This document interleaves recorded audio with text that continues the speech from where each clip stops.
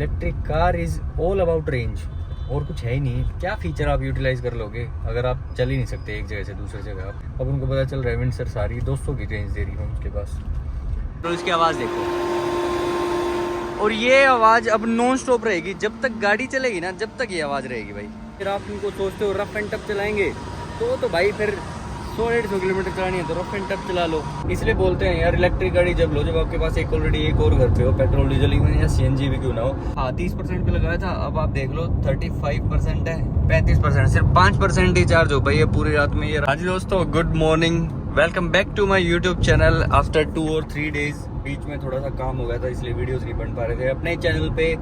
अगर आप लोगों को नहीं पता तो एक सीरीज चला रखी है मैंने, इलेक्ट्रिक कार्स इन इंडिया। जिस कंपनी के पास जो भी कार है मैं उसकी वीडियो बनाता हूँ, आप लोगों को ये बताता हूँ कि भाई इस कंपनी के पास ये वाली कार है, इतने इस कार के वेरिएंट्स खड़े हैं, इनका इतना प्राइस है, इतनी बैटरी पैक है, इतनी रेंज है, क्या उनकी प्रैक्टिकलिटी है गाड़ियों की, वो मैं थोड़ा सा फिर लास्ट में अपना रिव्यू दे देता हूँ। लेकिन ये वाली वीडियो उस पर वेस्ट नहीं है, ये सिर्फ इस बात पर रहेगी कि भाई कुछ ना, जैसे अभी मेरी ये सीरीज चली हुई है तो मुझे कभी कहीं जाना पड़ता है रोहतक से बाहर, कभी कहीं जाना पड़ता है। रोहतक हरियाणा से मैं बिलोंग करता हूँ, दिल्ली में गया हूँ वीडियो बनाने के लिए, गुड़गांव गया हूँ, और अभी नोएडा का भी काम है मुझे।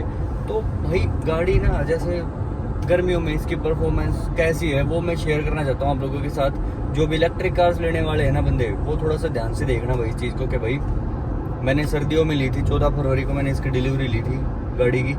उसके बाद गाड़ी बढ़िया चली। अब जैसे गर्मियाँ आ रही हैं, कई सारे लोगों ने मुझे बोला था हीटिंग इशू हो जाएंगे और चार्जिंग के टाइम पे थोड़ा सा इशू होगा, तो मैं ये बताना चाहता हूँ क्या वो सच है या नहीं है। भाई देखो, अभी टाइम की अगर बात करूँ, इस टाइम पे क्या हुआ है, 8:50 हो गए सुबह के, और गाड़ी में जो बाहर का टेम्परेचर शो करता है right side upper corner 35 degree Celsius. ये देखो, ध्यान से देखोगे ना, यहाँ दिखा रखा है, दिख गया। अब क्या चक्कर है ना भाई, ये मेरे साथ जो इशू आया इस गाड़ी में, शुरुआत की बात है अप्रैल के एंड की, जब गर्मियाँ एक थोड़ा सा ठीक बढ़ गई थी उस टाइम पे। अभी तो मई चला हुआ है भाई। गर्मी में गाड़ी को मैं ऐसा होता था जब मुझे कहीं लंबा चलना पड़ता था ना, बीच में 2-3 जगह स्टॉप लेना पड़ता था, क्योंकि इस गाड़ी में आवाज़ हो जाती है बहुत तगड़ी वाली, और ऐसी आवाज़ होती है जैसे कि वॉक्सवैगन स्कोडा की गाड़ी आप लोगों ने पुराने वाली देखी है जो डीजल वाली थी, और जो कि पहाड़ तक दूर तक शोर करती थी चलते चलते। अगर उनमें एसी ऑन कर दिया तो और भी ज़्यादा शोर होता था, क्योंकि रिफाइंड इंजन नहीं होते थे। तो वैसी आवाज़ है भाई। जब मैं स्टॉप ले लेता हूँ मुझे डर लगता है कहीं कुछ हो ना जाए। अभी 2-3 दिन पहले क्या हुआ, मेरे साथ मेरे फ्रेंड थे गुड़गांव में, क्रेटा थी उनके पास, वो भी डीजल 2023 वेरिएंट। भाई ऐसे ही आवाज़ कर रही थी क्रेटा बहुत तगड़ी। हमें लगा डीजल वाली गाड़ी है, कोई दिक्कत नहीं है, होती हो गया आवाज़। थोड़ी देर के बाद उनका एसी चलना बंद हो गया। एसी स्टार्ट है लेकिन वो हीट फेंक रहा है। अब वो हीट क्यों फेंक रहा है, हमें लगा कि भाई नई गाड़ी स्टार्ट हुई है, धूप में खड़ी कर गए थे 2-3 घंटे के लिए, थोड़ा बहुत काम था तो दोबारा स्टार्ट करी है धूप में, तो इसलिए होगी थोड़ी ऐसी इशू। 2 मिनट के बाद फिर ठंडी करनी शुरू कर देगा। उसने लो पे कर दिया एसी को, भाई इंजन में से आवाज़ आने लगी। थोड़ा सा आगे चल के 1-1.5 किलोमीटर के बाद गाड़ी रुक गई, और पता चला कंपनी के पास फ़ोन करके RS वगैरह बुलाया, वहाँ पहुँचाई तो उन्होंने बोल दिया कि भाई इंजन बैठी है इसका। तो भाई अब मुझे ये डर लगने लग गया, उसकी तो डीजल थी, अपनी वाली तो इलेक्ट्रिक है, इसमें भी आवाज़ ज़्यादा होती है। तो भाई गर्मियों में एक तो इशू मेरे साथ ये हीटिंग वाला बहुत ज़बरदस्त है। दूसरा इशू क्या आया भाई मेरे साथ, अब यार इलेक्ट्रिक गाड़ी तो मैंने ले ली, अब ये थोड़ी ना पता था कि ये भाई इसके चार्जर्स भी कट मार जाएंगे घर वाले, बाहर वाले तो चार्जर मैंने कट मारते देखे हैं। अब रात को मैंने गाड़ी को लगाया था, लगभग ये 30% थी, हाँ 30% पे लगाया था। अब आप देख लो 35% है, 35%, सिर्फ 5% ही चार्ज हो पाई है पूरी रात में। ये रात को कट मार गया था। अब इसका रीज़न मुझे नहीं पता चल रहा भाई, या तो मुझे 2 रीज़न लगते हैं। अच्छा, मैंने लगाया था 3.2 किलोवाट वाले चार्जर के। एक तो रीज़न ये है कि भाई ऐसा ना हो कि जो अर्थिंग जो मैंने करवा रखी है अपने घर में वो ख़राब ना हो गई हो, मतलब क्या पता हो भी गई हो, तार ऊपर नीचे हो जाते हैं। दूसरा ये हो जाता है कि मीटर उतना लोड उठा ही नहीं पाता। तो अगर आप लोगों के साथ भी सेम इशू है कि भाई आपका चार्जर रात के टाइम पे कट मारा, तो वो भी मुझे जरूर बताना। दूसरा अभी मैं दिखाऊंगा ही हीटिंग इश्यूज। अभी तो बात करते करते 36 डिग्री हो गया ना, ऐसे इशू आएंगे भाई। आज मैं इसको गाड़ी को रास्ते में चार्ज भी लगाऊंगा, इमरजेंसी में कहीं जाना पड़ जाए तो इलेक्ट्रिक कार सिर्फ यहाँ धोखा देती है और कुछ नहीं इनमें कमी। हीटिंग इश्यूज भाई ऐसे होते हैं, जैसे ही गर्मी आई थोड़ा सा कॉन्फिडेंस लैक करने लग गया मैं इस गाड़ी को लेके। बट मैं आप लोगों को दिखाऊंगा यार, दुखी तो हो ही गया। अब मुझे इमरजेंसी में कहीं निकलना है, इसलिए बोलते हैं यार इलेक्ट्रिक गाड़ी जब लो जब आपके पास ऑलरेडी एक और घर पे हो, पेट्रोल डीजल में या सीएनजी भी क्यों ना हो, और इलेक्ट्रिक कार्स को तो अभी सिर्फ एडिशन में ले लो यार। कोई प्राइमरी गाड़ी करके अगर ले रहा है और उसको ये लगता है कि भाई मैं डेली निकालूंगा, डेली वापस आ जाऊंगा। अब मुझे लगता था कि पर्टिकुलर डिस्टेंस पे जाने के लिए तो गाड़ी बेटर है। अब ये पर्टिकुलर डिस्टेंस पे जाने लायक भी नहीं रही। अगर मान लो मुझे 100 किलोमीटर जाके 100 किलोमीटर वापस आना है डेली का, तो इस हिसाब से 35% गाड़ी पे क्या ही जाऊंगा मैं 100 किलोमीटर। फिर जहाँ भी जाऊंगा वो रेंज एंग्जाइटी, चार्जिंग इश्यूज कि भाई चार्जिंग लगानी है मुझे, वही इसमें आधी जिंदगी बीत जाती है। कई सारे भाई मुझे बहुत सही बोलते हैं वीडियोस में, कमेंट जो करते हैं कि भाई आधी जिंदगी तो इलेक्ट्रिक कार ओनर के ऐसे बीत जाएगी चार्जिंग पे ही। भाई जब ले लिया है कोई पंगा तो उसको लेंगे, अच्छे से लेंगे, चलते अपना काम निपटाते भाई। गर्मियाँ तो झेलनी भारी हो रही है इस गाड़ी को, बहुत तगड़ी। इसका शोर दिखाऊंगा थोड़ी देर के बाद, अभी तो नई चली है। 30 किलोमीटर दूर आने के बाद 31 किलोमीटर दूर आने के बाद मुझे एक चार्जर मिल गया, ये वाला टाटा का ही है। तो मैंने इस पे अपनी गाड़ी को लगा दिया है यहाँ चार्ज। चार्जर्स की अवेलेबिलिटी कम नहीं है भाई। अभी तो मैंने गाड़ी को चार्ज लगा रखा है, 5 मिनट हो गया है मुझे। अवेलेबिलिटी चार्जर्स की कम नहीं है। और अब आप एक चीज़ नोटिस करोगे ना, पूरी पार्किंग में जो गाड़ियाँ लगी हुई है वो इसी साइड फेस करके लगी है, लेकिन मेरी गाड़ी थोड़ा सा अपोजिट है। क्यों? क्योंकि हमारे डायरेक्ट उस साइड फेस पे यहाँ ये सूरज होता है और इसकी रोशनी डायरेक्ट, मुझे लगता है मेरे बहम भी हो गया इस चीज़ का। जब इस पर ज़्यादा हीट पड़ती है ना गाड़ी पे, तब इसमें शोर बहुत ज़्यादा होने लग जाता है और उतनी ज़्यादा एनर्जी को ये लेने लग जाती है फिर चार्जर से। तो फिर मैंने इसको अपोजिट साइड फेस करके खड़ा कर दिया। बाकी सारी गाड़ी हमारे साइड है और ये अपोजिट खड़ी है अकेली महारानी। भाई गर्मी में थोड़ा बहुत तो ना आपको संभाल के रखना पड़ेगा। ईवी गाड़ियाँ ना थोड़ी बहुत केयर मांगती हैं, जो कि आपको देनी ही देनी पड़ेगी। अगर आपने नहीं दी और आप उनको सोचते हो रफ एंड टफ चलाएंगे तो भाई फिर 100-150 किलोमीटर चलानी है तो रफ एंड टफ चला लो। अगर लंबा निकालना इन गाड़ियों के साथ फिर तो भाई थोड़ा बहुत केयर के साथ चलना ही पड़ेगा आप लोगों को, है ना। 56% तक गाड़ी को मैंने चार्ज कर लिया। अब यहाँ से निकलने का टाइम है। देखो अब गर्मी बढ़ गई, गाड़ी में दिखाऊंगा ना 40-42 डिग्री हो गया होगा टेम्परेचर। और इसकी आवाज़ देखो, और ये आवाज़ अब नॉन स्टॉप रहेगी जब तक गाड़ी चलेगी ना, जब तक ये आवाज़ रहेगी भाई यार गर्मी में नहीं समझ में आता मुझे इसका क्या सोल्यूशन है क्या नहीं। अंत हो जाती है भाई अंदर का। एक बार ये देखो टेम्परेचर 42 डिग्री हो गया ना बाहर का, ये चीज़ें आएंगी यार, समस्या खड़ी हो जाती है 56% पे। क्योंकि यार बाहर नहीं खड़ा रहा जाता, गर्मी में बहुत है। मैं तो चलना ही ठीक है, मैं नहीं खड़ा हो रहा यहाँ। तो भाई पूरा दिन बीत गया। आज गाड़ी की परफॉर्मेंस बहुत ही ख़राब थी वैसे तो, क्योंकि गर्मी बाहर बहुत ज़्यादा थी। और टोटल सुबह से लेकर अभी तक मैंने चलाया गाड़ी को 200 किलोमीटर यहाँ तक का है।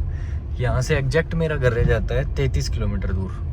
तो जब तक घर जाऊँगा तो 233 किलोमीटर हो जाएगा। और गाड़ी में जो बैटरी परसेंटेज बची है वो अभी 15% है। अब ये 15% भी इसलिए बची है क्योंकि मैंने दिल्ली में इसको एक जगह चार्ज कर लिया था।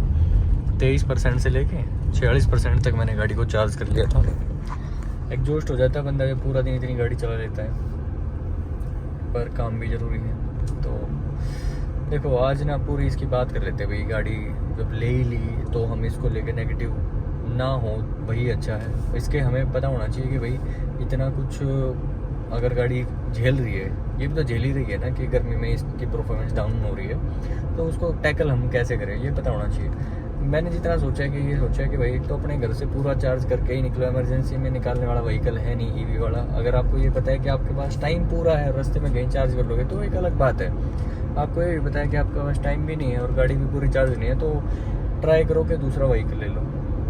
फिर भी अगर आपको ये है कि भाई दूसरा व्हीकल नहीं है घर पे, तो ट्राई करो भाई थोड़ा सा टाइम से पहले निकल लो ताकि आप इसको गाड़ी को चार्ज कर पाओ। दूसरी बात ये पड़ती है जब आप इसको बाहर चार्ज करते हो तो ये भाई CNG के आसपास का प्राइस, इवन CNG से ज़्यादा ही पड़ जाता है कई बार तो। जैसे 20 रुपये यूनिट वाले चार्जर मिल जाते हैं, 45 किलोवाट है तो ये लगभग 48-49 किलोवाट में चार्ज होती है।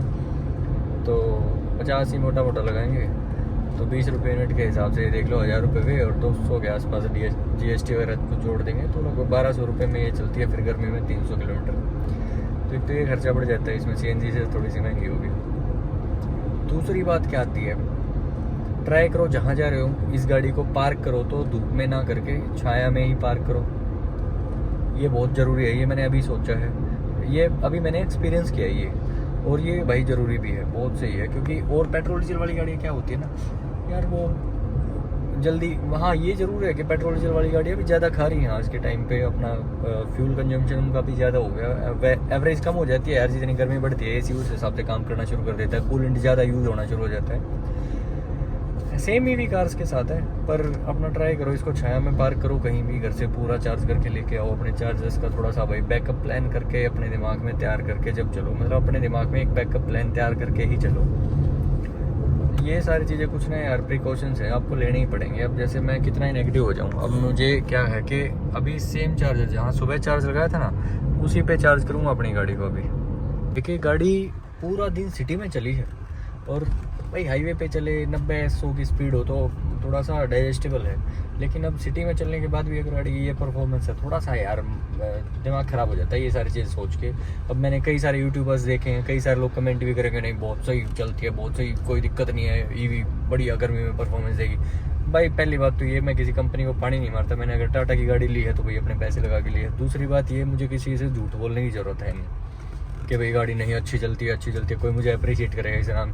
नहीं भाई, कोई भी ईवी हो ना, मैं ये क्यों बोलूँ कि मेरी गाड़ी ख़राब चलती है। भाई हर ईवी के साथ थोड़ा सा है ये। BE6 के ओनर से मेरी बात हुई, क्रेटा इलेक्ट्रिक वाले से मेरी बात हुई, ये है भाई ये समस्या। भाई ईवी अगर आप लोग ले रहे हो तो ये चीज़ें कुछ ऐसे पॉइंट्स हैं आपको पता होना चाहिए, कंसिडरेशन में रखो इस चीज़ को भाई, कि हमें इसको प्राइमरी कार अभी नहीं बनाना है। और सबसे बड़ी आवाज़ बताऊँ, कई सारे लोगों ने मुझे बोला कि 55 किलोवाट क्यों ली। भाई आप लोग ठीक कह रहे हो, 55 किलोवाट ही लेनी चाहिए थी, एक वेरिएंट कम ले लेता, फीचर्स कम ले लेता। ये चीज़ें थोड़ा सा टाइम के बाद समझ में आती है। रेंज ज़्यादा लो भाई, अगर आप लोग ईवी ले रहे हो तो कम किलोवाट की, जैसे अब मेरे एक फ्रेंड है उन्होंने ली है, विंडसर ली है, इवन प्रो आ गई थी, प्रो में तो 52-53 किलोवाट की बैटरी है, लेकिन उन्होंने जल्दी के चक्कर में 38 किलोवाट वाली ले ली। अब उनको पता चल रहा है विंडसर सारी 200 की रेंज दे रही है उनके पास, और इको मोड में जो उनका सेकंड मतलब इको मोड है, उसमें 4 मोड होते हैं, इको प्लस, इको नॉर्मल और स्पोर्ट्स, तो वो इको मोड में इतने की दे रही है 200-220 के आसपास। तो भाई अपनी रेंज ज़्यादा पहले से ही सोच के चलो कि हमें रेंज ज़्यादा चाहिए गाड़ी में, बाकी फीचर्स तो रखे रह जाएंगे। ईवी का मतलब ही रेंज है, आप समझ के देखो, ये बात बहुत गहरी है। Electric car is all about range, और कुछ है ही नहीं। क्या फीचर आप यूटिलाइज़ कर लोगे अगर आप चल ही नहीं सकते एक जगह से दूसरी जगह, आपको सोच के निकलना पड़ रहा है कि आप वापस ही नहीं आ पाओगे इस रेंज में। फीचर्स भी कुछ काम नहीं आ रहे। और ये नेक्स्ट डे मॉर्निंग है जब मैंने अपनी गाड़ी को यहाँ चार्ज लगाया है, 29% हो गई है। 1 घंटा पहले लगाया था और मैं घर आया हूँ कल 4% पे। कल तूफान बहुत ज़्यादा आ गया था रास्ते में भाई, अपने हरियाणा में तो काफ़ी आया ही है, तो वहाँ गाड़ी चार्ज नहीं हो पाई थी। खैर कोई नहीं, कंक्लूजन में दे देता हूँ, गाड़ी को भाई गर्मियों में रखना भाई बहुत मुश्किल हो जाता है, तो थोड़ा बहुत ना ये केयर मांगती है, थोड़ा बहुत नहीं, बहुत ही ज़्यादा मांगती है एक्चुअली। तो भाई आप लोग भी ध्यान रखना, अगर आप लोग ईवी परचेज़ करने वाले हो तो कुछ ये पॉइंट्स हैं जो आपको कंसिडर करने पड़ेंगे, जो कि इसकी देखभाल भाई काफ़ी ज़रूरी है।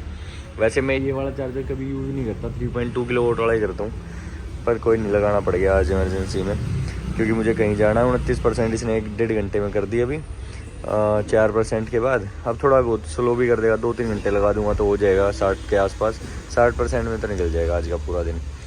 तो guys thank you so much for watching my video till the end. Channel पे नए हो तो लाइक एंड सब्सक्राइब कर देना।